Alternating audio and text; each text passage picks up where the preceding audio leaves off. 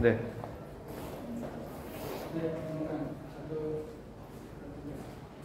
Assalamualaikum warahmatullahi wabarakatuh. Kami dari kelompok pertumbuhan kacang tanah ingin mempresentasikan pengaruh jenis air pada pertumbuhan kacang tanah. Saya Imam Alfian Saputra. Saya Dirman Prasetyo. Saya Nadia Fahira. Dan saya Sarah Prilia Saputri nomor 30. Judulnya pengaruh jenis air pada pertumbuhan kacang tanah. Tujuan 1. Mengetahui bagaimana pengaruh berbagai jenis air terhadap pertumbuhan dan perkembangan kacang tanah.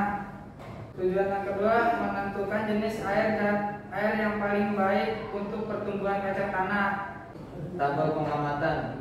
Di sini diketahui hari pertama tinggi kacang tanah air mineral 1,7 cm, air sumur 2 cm, air garam 1,8 cm, air beras 1,3 cm. Di hari kedua tinggi bertambah menjadi 1,8 cm, 2,7 cm, air garam 1,8 cm, tetap air beras 3 cm. Air mineral nambah lagi 0,2 cm, sedangkan air sumur bertambah 1,1 cm. Air garam tetap, sedangkan air beras bertambah 0,5 cm.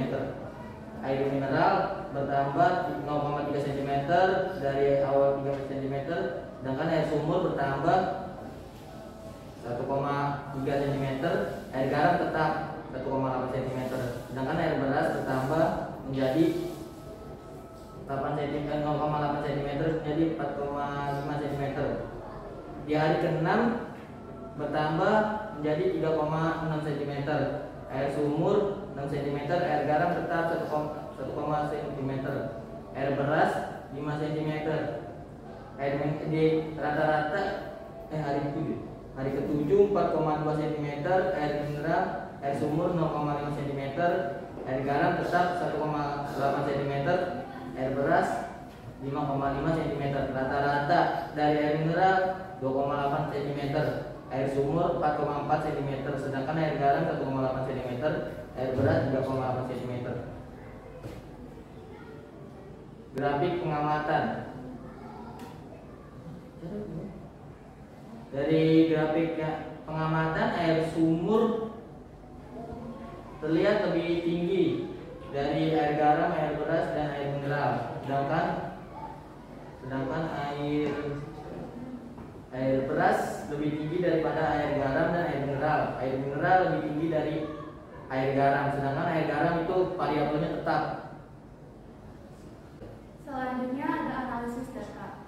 Yang pertama, tanaman yang mendapat perlakuan air mineral ini tumbuhnya itu tidak terlalu cepat, namun stabil. Kenapa? Karena air mineral ini diambil dari pegunungan vulkanik sehingga sudah menyerap unsur-unsur mineral dan unsur hara pada bekas vulkanik ini.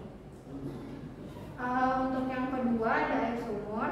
Tanaman yang mendapat perlakuan air sumur mengalami pertumbuhan yang cepat dan stabil, disebabkan oleh kandungan air sumur yang baik bagi pertumbuhan tanaman kacang tanah. Ya, yang dapat kita lihat tadi dari tabel serta grafik bahwa tanaman kacang tanah yang diberikan air sumur setiap hari mengalami pertumbuhan atau laju yang lebih cepat daripada tanaman kacang tanah yang disirami oleh air lain.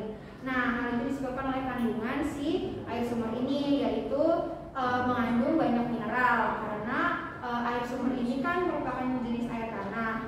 Nah, untuk kandungannya itu yang tinggi, yaitu ada natrium, kalsium, dan magnesium. Itu merupakan unsur hara atau nutrisi makronutrien atau nutrisi yang besar dibutuhkan oleh sebuah tumbuhan. Selanjutnya adalah air garam.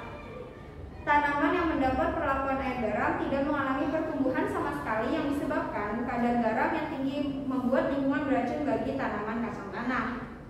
Nah, untuk air garam ini itu dia membutuhkan waktu yang lebih lama diserap oleh tumbuhan dikarenakan konsentrasinya tinggi. Nah, mengapa air garam itu menciptakan lingkungan yang beracun bagi sebuah tumbuhan?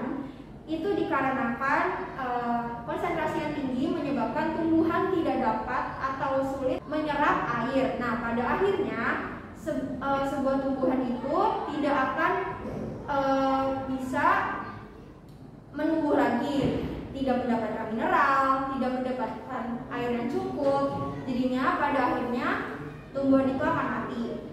Nah, ini berkesinambungan dengan bagaimana cara mekanisme osmosis yang terjadi penyerapan air dari tanah melewati akar dan masuk ke tumbuhan serta daun tumbuhan. Lalu air garam ini mengakibatkan aktifnya hormon aksitat, yaitu adalah hormon yang mempertahankan hidup sebuah tumbuhan.